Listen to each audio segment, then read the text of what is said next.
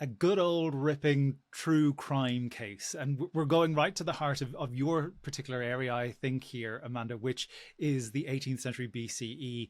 And we have a case that survives. And After Dark, we love these true crime cases, and we hear about them an awful lot. But usually it's in our 18th century or the 19th century.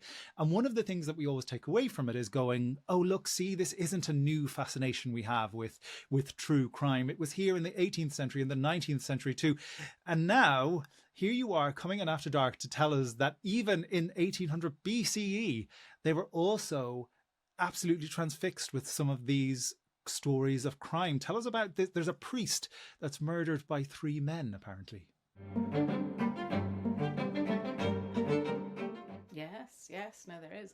Priest, his name is Lou Inanna, and he was, the reason we know about this is we have the court case that survived, the recording, the trial. And the fact that he was murdered by the 3 men seems to have never been an issue. Someone must have caught them in the act or something like this. So they're on trial. And the king was initially called in, a king at that time named Orninota. He was asked to judge the case because often homicides did go to the king. And he turned around and he said, no, I'm sending it back to your city.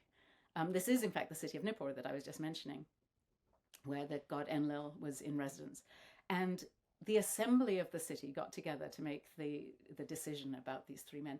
But the puzzle was, and this came out in the trial, was that apparently they had gone to the wife of Luinana and said, your husband has been killed.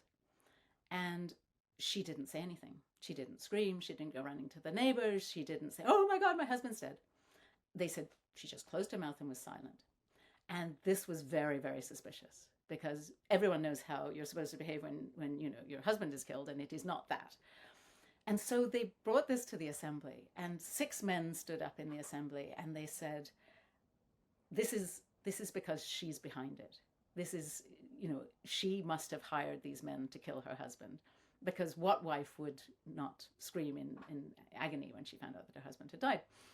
And then 3 other men stood up and said, what proof do you have, basically? They were asking and you have the really interesting aspect of this assembly, which is these men who were speaking were not elites. They were gardeners, and one was someone called a mushkenim, who's a menial worker. And they were all men, but they were all considered eligible to speak up in the assembly and to voice their opinion. And so 3 other men seem to have spoken in her defense, saying, how can you accuse her when she didn't actually murder him? We know these 3 men murdered him. But then the text says the assembly of Nippur spoke. Now, obviously, the assembly, it's not that everybody stood up and spoke in unison. Somebody spoke for the assembly and made the decision that she was, in fact, more guilty than the 3 men, that she had hired them as hitmen, and all 4 of them were put to death. So it's a really, really interesting case, because you can see the sort of workings of their judicial system in a really extraordinary case, because we have a lot of court cases where it's about who owns a field, and did someone have the right to inherit something, and what should be done about, just very prosaic stuff. But when it comes to a murder, it seems as though it was such a big deal that they decided that all the men of the city presumably could have a say in it, and that would give her presumably a fair trial. I don't know if it was a fair trial, but it was what they did. This all happens now. This happens at 10:15 during Act 3, Scene 2. I'm going to say this. If I was still in Act 3, Scene 2, I know we're in the 3rd act, but it's still Scene 2, I'd be like, guys, I need to get home. This is late. Yeah. I want to be home. I want to be done. I want to be out of the theatre by 10 at the very latest. I like an hour and a half through. Do you know what I thought you were going to say? What? As an actor who's done a lot of stage work, I thought you were going to say, if someone got assassinated only in Act 3, Scene 2, I'd be so annoyed. I've done the whole thing. I'd be like, you've taken the limelight, excuse me. Oh, yeah, well, we have the rest of the play to go. Wow. Yeah, so it happens at 10:15, and it's very late, like it is quite late in the thing. And it's John Wilkes Booth, of course, who is in his home territory as an actor. Like, he's familiar with this space and he knows exactly what he's doing and how to move around it. So where is he in the theatre? We don't know exactly where he's come from. I mean, he's concealed himself, or he's probably, I would imagine he was just in the general rabble, but has now made his way up behind the presidential box. Okay, so he's going to enter into the Great presidential 19th box. century security there, Yeah. president. And this is where his thing as an actor and where the popularity of this show comes into play, because he uses a pivotal point in the show where there's a huge roar of laughter, and it's a guaranteed roar of laughter every night, and he uses that to mask the sound of the gunshot. So he has absolutely done his research. He's seen this play before at least once. Yeah. He understands how the theatre works as a space, as a performance, the role that the audience has within that, how people behave. He understands human behaviour. He's able to predict it. Yeah, it's definitely calculated. I mean, and it just gets more. So he creeps up behind Lincoln, right? So that's dramatic in itself. That's almost theatrical, imagining this figure coming up behind the president. He shoots him with a 44 caliber Deringer pistol, point blank, and the bullet enters through Lincoln's left ear, and it gets lodged behind his right eye. And so instantly, because it's a brain injury, instantly he is slumped, he's unconscious, and he's paralyzed straight away. So that happens very, very quickly. So we talked about earlier, didn't we, Rathbone being in the presidential box with him and securing his place in history. Yeah, a military man, no less. Military man. He reacts really quickly. So despite the laughter, he's obviously going to hear this because he's sitting in the box with them. And there's probably as well, like, not to put too fine a point, but there's probably some blood splatter, and the president's just slumped like. Yeah.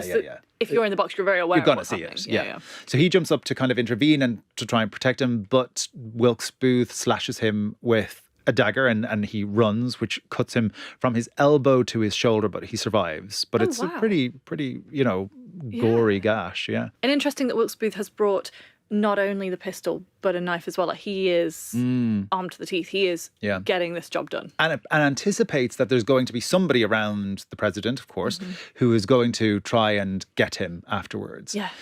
He's not doing this initially, it would appear, as a form of self-sacrifice, though. He's not willing to sacrifice himself because he's in the presidential box. This is the famous moment, right? Yeah. Well, So, other than the president getting well, yeah. So he jumps 12 feet from the presidential box down onto the stage. Cue crunching and snapping. The spur on his shoe gets caught in an American flag, breaks his leg. The symbolism. Oh my God. And he still gets up and flees and still gets away. Like, how is a man with a broken... I guess all of the attention is now... Adrenaline. On the president. Yeah. And adrenaline, and yes, the fact that everyone is looking at the box. So the combination of all of those things. There's a horse waiting for him at stage door. Like, this is planned, Maddy. Well, of course it's planned. It's very obvious. It's so theatrical, literally. Stage door. There's a horse at stage door. Yeah. Like, that's crazy. Exit stage door on a horse. Yeah, no, it is. Like, it's too good to be true. It's perfect. Yes. You can see his theatricality in this execution. Yeah. I mean, the fact that he literally gets on the stage. Yeah, he's like, by the way, I'm definitely going to get on stage after I do this. I'm not going to just run back down the way I've come. No. Yeah. On I get onto stage. Yeah. And, also, that speaks to his knowledge of the geography of theatres, right? Because that's probably the best way to get out, is to get onto the stage and then go out of the stage door, Absolutely right? True. Absolutely, because there will be an exit behind the stage. Yeah, he understands how those buildings work. He knows where he's going, even if he's never been behind stage in that particular theatre, which he probably had. He understands the route out of there. I mean, you sort of half expect him to take a bow. Yeah, absolutely. And, is that partially what he's doing by taking to the stage in many ways, like taking his moment? But yeah, it does. It feels very like that. But I said that the laughter is masking the gunshot. People do hear it because it's not that masked totally, but they think it's part of the play. But very quickly, Mrs. Lincoln is screaming. Yeah. And can you imagine the desperation of that scream? Yeah. And it's this really horrible moment, isn't it? This juxtaposition of the laughter and the screaming and this, it's very cinematic, that kind of, flipping, that reversal of what's happening. And something there about the way that the audience is reacting to the scene on stage, and then they're reacting to this scene. I wonder if it would have been almost a little bit difficult to perceive what was going on if you're just sat in the stalls watching the show and you're laughing along and you're in a sort of a communal emotional space that is safe, you're experiencing something that everyone else is, and then suddenly it's like, what's happening up there? Oh, okay, now this guy's jumped up. Oh, he's broken his leg. Is that real? Is that part of the act? Yeah, He's yeah. on the stage, so you're probably thinking, where's he come from? If you didn't see him in the box, he's just fallen onto the stage. You're probably thinking, is he a character in this? Is this funny? I don't know what's going on. And then there's some kind of kerfuffle going on in the box up above you. Like, it must have been so confusing.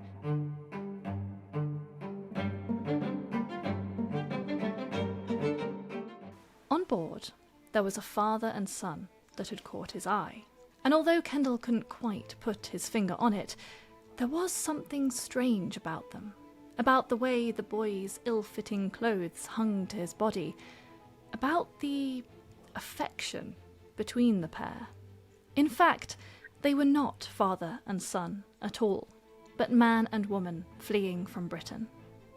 Dr. Hawley Harvey Crippen had shaved off his distinctive moustache, while his partner, Ethel Leneve, had set aside her usual skirts and ornaments in favour of a boy's garb. Why the disguise? The pair were heading for what they thought was a new life. Their gruesome misdeeds left behind in London, the authorities outwitted. As the nautical miles sped by, Crippen and Leneve began to relax.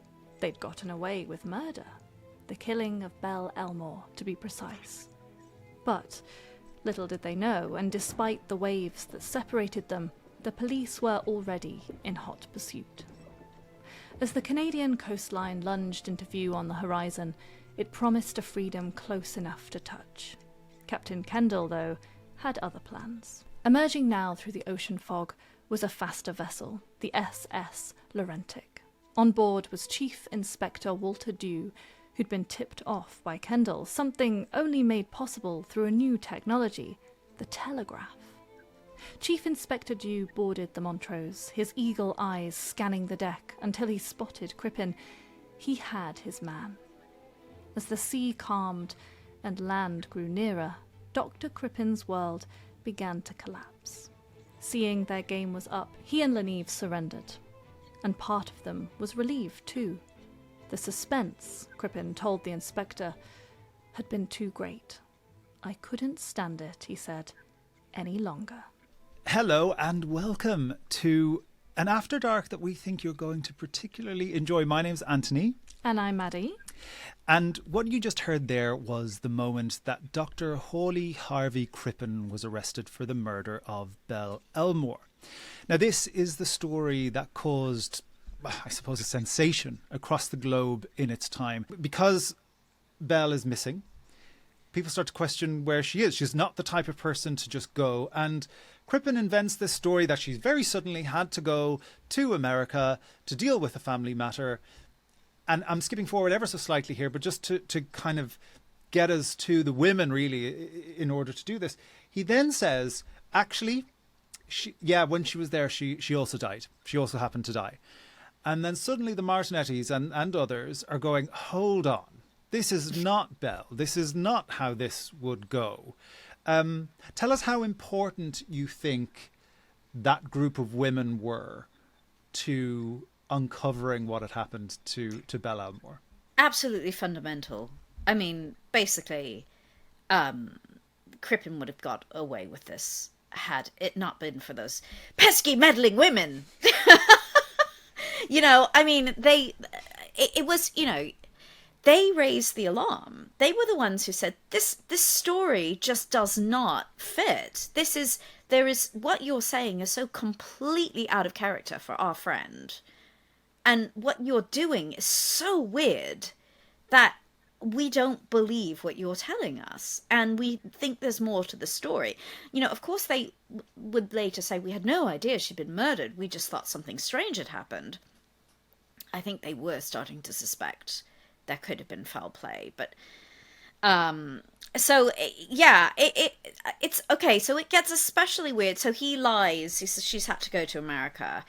Somebody's ill in California, and she's gone all the way there. And you can't contact her. And these women knew. I mean, they were her very good friends. I mean, imagine, your closest friend somebody who's always in touch with you just suddenly stops messaging you. Doesn't call, doesn't answer your calls, doesn't pick up their messages. And their partner or spouse just, oh yeah, they've had to go to, you know, Tierra del Fuego or something like that, where, you know, they can't get a signal, or, you know, and you're just that, what? That's weird. And then what's even weirder is that there is a charity ball which is held, and you know, Belle's been gone for about a month. And Crippen buys 2 tickets to this charity ball, organised by his wife's friends, with all his wife's friends present, and takes Ethel to the ball, filled with musical performers. And Ethel is wearing Belle's diamonds, and she's wearing the rising sun brooch, which factors into this story, because it's quite a unique piece of jewellery that her friends all recognise. And she's wearing clothes that she had remade, that Belle owned, and later she's identified as wearing Belle's furs. And they're dancing and laughing and pretending that, you know, nothing here is strange at all. And from that moment on, I mean, that was a deliberate insult. That was deliberate. You know, we have to remember that, you know, this is, again, a very bohemian circle, very tolerant of a lot of things. People had quite what would be called irregular relationships. You know, they had affairs, they had children outside of marriage, and everybody knew about that. But this was something else. You know, when you turn up with your typist to a ball and your wife is gone, I mean, that's a very clear sign that this person is your mistress. So, but that was pretty shocking. It wasn't that she was the mistress, it was that it was being done. It was flying in the face of all these friends. I mean, first of all, Scotland Yard ignores what all of the women have been saying. You know, a number of them go to Scotland Yard and they just don't want to know. To them, it's like, well, you know, what evidence do you have of anything? And so they start their own investigation. They hire a private investigator. And they're not really able to come up with anything. But ultimately, one of them gets... So Lillian Nash, her husband, is friends with somebody at Scotland Yard, quite high up. And they will listen to a man. So he comes in and says, look, you know, my wife and I believe that something strange has happened here. And they finally listen to him. And that's when Inspector Dew still is not, as you said, he's a bit on the fence about this. And takes his time to finally go and investigate 39 Hilldrop Crescent. And he interviews them. He interviews Crippen for several hours, and then he interviews Ethel, and then they go to the house and they look things over. And then that is what basically makes Crippen and Ethel decide they better hightail it out of there, and they leave the next day. I have often suspected, and again, you know, with history, one has to be very careful. I'm not a psychologist. I wouldn't be. I'm not a criminologist. But my instinct is that Crippen was a sociopath and that Ethel was a psychopath. And Ethel showed absolutely no remorse for anything. She never, ever had an ounce of remorse for Belle Elmore or her family or her friends. She never expressed any of that until not even to the day she died. Hello and welcome to After Dark. I'm Anthony. And I'm Maddy. And today's story is one that takes us to a very, very familiar location. It is the Tower of London, but highlights a history that you might not be so well acquainted with. To tell us a little bit more, here's Maddy. 1691. Inside the Tower of London, there are lions. They prowled and padded around their dens. The keeper of the lions was a man called Thomas Dimmock, and the building he lived in was aptly called the Lion Tower. Inside the kitchens of Lion Tower were ale, oats, and milk. Standing over these, rat poison in his hand, was Edward Francis. Edward was an enslaved man, owned by Thomas Dimmock, the keeper of the lions. Edward was black, almost certainly born in Africa, before being captured and brought to London. While the lions roared outside the window, Edward tipped the powdered poison into his enslaver's food. It is an incendiary moment at the symbolic heart of English power. There's so much going on here, so many layers of imprisonment and power being exerted within the tower's wall in a story that reaches out into surrounding London and across oceans.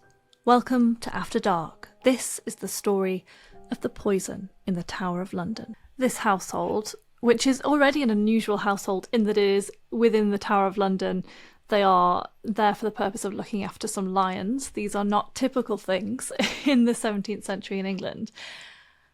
Where does Edward get this idea to poison his master from? Where are you able to trace in the archive that moment when he makes that decision, or he first thinks about doing this?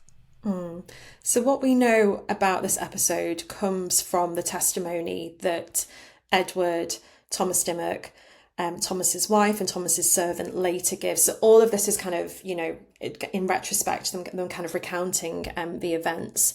But Edward mentions that in the summer of 1691, he had approached a black man named Tom, who lived on Mincing Lane, and he'd had a conversation with Tom about rat poison and whether or not rat poison would be effective at making people unwell. So by the summer of 1691, we know that Edward, according to his own testimony, is considering adding poison to the Dimmock family's food.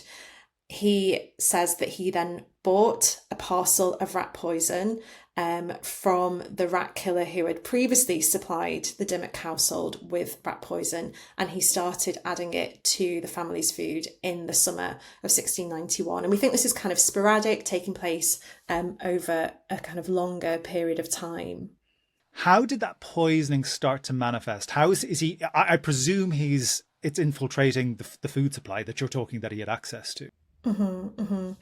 So in the testimony that we get from the household, they describe Thomas Dimmock's first wife, who was named Jane, becoming ill. And it sounds as if she was ill already. She's actually being nursed. A nurse has come into the household to try and look after her.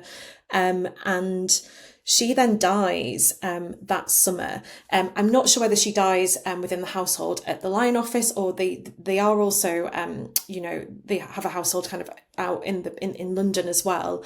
And then a few months later, we know that Thomas Dimmock has by now remarried a woman named Rebecca, which probably wasn't unusual. He has a daughter. He would have wanted a new wife to kind of take up that role within the household. And all this time, or kind of, it restarts that Edward is now adding the poison to the family's meal. They're becoming sick. Even the maid says that, she was complaining of stomach aches. It's not until the family's cat dies that they become really suspicious that something untoward has been taking place. But then when the family kind of look back on these events, they kind of see this pattern that, actually we had all been coming a bit sick from the things that we were eating. And so, I just find this testimony fascinating on so many different levels. There are so many layers to this. And I think, one of them is, as you say, it kind of gives us a glimpse into this community of free and enslaved Black people who were living in London at this time. But for me, what really kind of struck me was the role of these women within the household. So Thomas's wife, Rebecca, and the maid, Joanna, the ways that they kind of survey Edward, the way that they are kind of like watching him and are kind of suspicious of his behaviour. And this was interesting for me because one of the things that I'm interested in is the role that women have as well in shoring up, slavery within England and within colonial context at this time. So they are just as, implicated, if you like, in his enslavement and the way that he's treated. And we very much get a sense of that from the testimony that they give. You're making me feel like we've stepped into this household, Misha, and there's so much there about the consumption of food. You talk about the fact that even the maid, Joanna, is starting to feel ill and is therefore presumably eating and consuming, drinking maybe the same things as her master and mistress and the daughter, Anne. So straight away we get a sense of how that household operates, where people sit within that hierarchy. Tell me more about how Edward himself is suspected And as you say, it presumably comes down to the women being suspicious of him. But why is it him in particular, not, for example, the maid, who is caught for this eventually? Well, we get this description of a confrontation between Dimmock and Thomas Dimmock and Edward, and this description is given by Thomas Dimmock's wife, Rebecca. And in it, Thomas rails at Edward, something along the lines of, have I been so bloody to you that you would think to kill me? Did you think to get your liberty by killing me?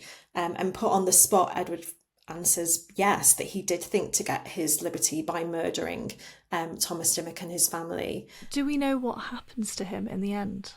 So this is the part of the history that is, I guess, most in some ways opaque and confusing, and something that continues to interest scholars as well, because it does raise particular questions about Edward's legal status, but also the legal status of other enslaved people in England at this time. So unfortunately, the records for the Old Bailey, so he does go to trial at Old Bailey, but those records for those few months when he is tried haven't survived. So there's no chance that they are ever going to be recovered. They're not lost, they haven't survived. But we do know that Edward is released after a few months with a fine of only 10 groats. And this seems very lenient, considering that potentially he's been put on trial for attempted murder, but we actually don't know what he is tried for. And I've spoken to other scholars about this. Why may he have been released with only a fine? How was he able to pay that fine? Who paid that fine? And it's likely that this does come down to, this kind of grey area in English law at the time of whether Edward is a person or whether Edward is property.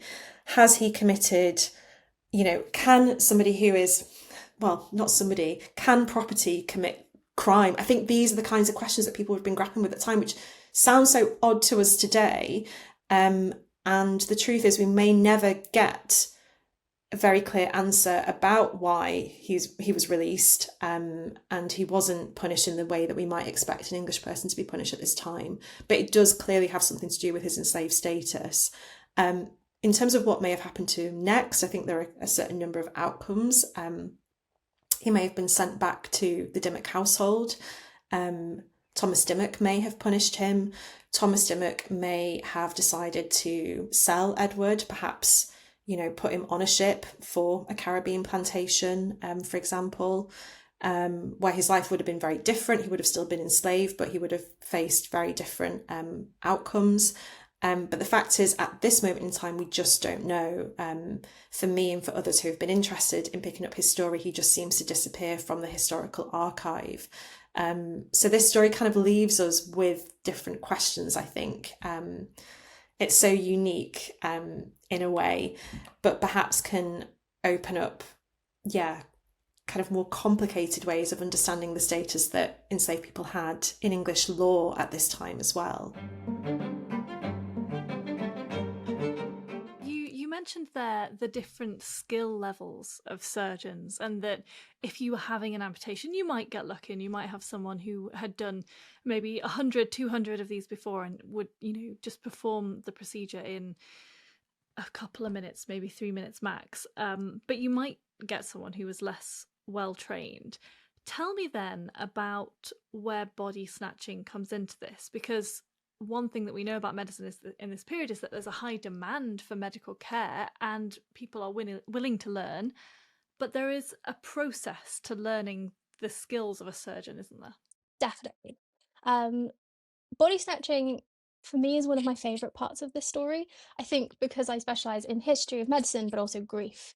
It's a really dark part of our history, but it's fascinating and informative all at once. So to fully understand body snatching, you kind of have to go back in time a little bit to 1752.